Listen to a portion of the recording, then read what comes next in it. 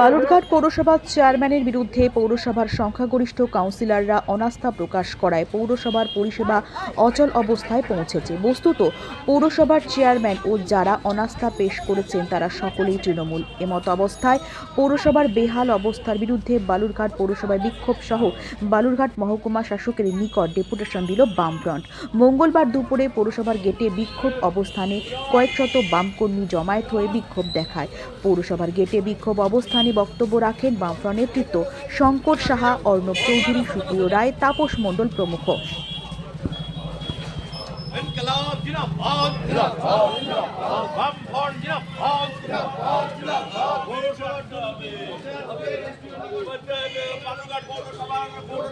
পরিষেবা স্বাভাবিক রাখতে হবে।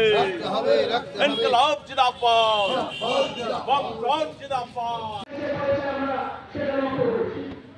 আমরা খবর পাচ্ছি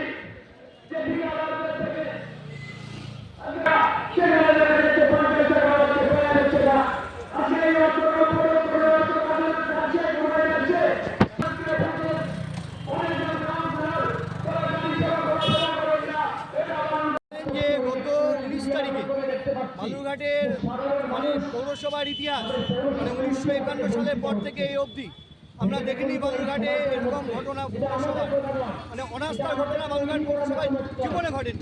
এটা আমরা এবার সাক্ষী হলাম। ভাবছি এটা আমাদের কাছে একটা লজ্জাজনক ঘটনা। এবং আপনারা দেখেছেন যেখানে শাসক দলেরই 14 জন কাউন্সিলর তারা আজকে এই যে চেয়ারম্যানের এগেনস্টে অনাস্থা এনেছে। আমরা বিগত দিনগুলোতে বলেছি যে বালুরঘাট পৌরসভা ঠিকমতো চলছে না। বালুরঘাটে যে সমস্ত নাগরিক পরিষেবা যে আপনারা দেখেছেন যে একটা বাড়ি যদি আপনার প্ল্যান করতে হয় সেখানে এক সময় লাগতো 2000 টাকা, সেখানে আজকে আপনি 32,000 34,000 টাকা নিয়ে পাচ্ছেন না।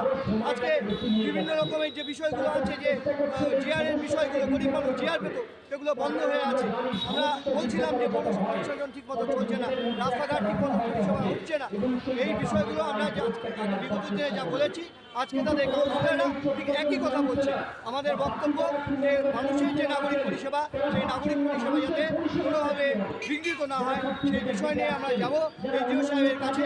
আমরা এসডিও সাহেবের কাছে তার বিহিত চাইব এবং বালুরঘাটের নাগরিকও চাইছে না যে এই পৌরসভা ঠিকমতো চলছে না বলে থাকুক। তাই আমাদেরও বক্তব্য যারা পৌরসভা ঠিকমতো চালাতে পারছে না তাদের থাকার কোনো দরকার আছে বলে আমরা মনে করি।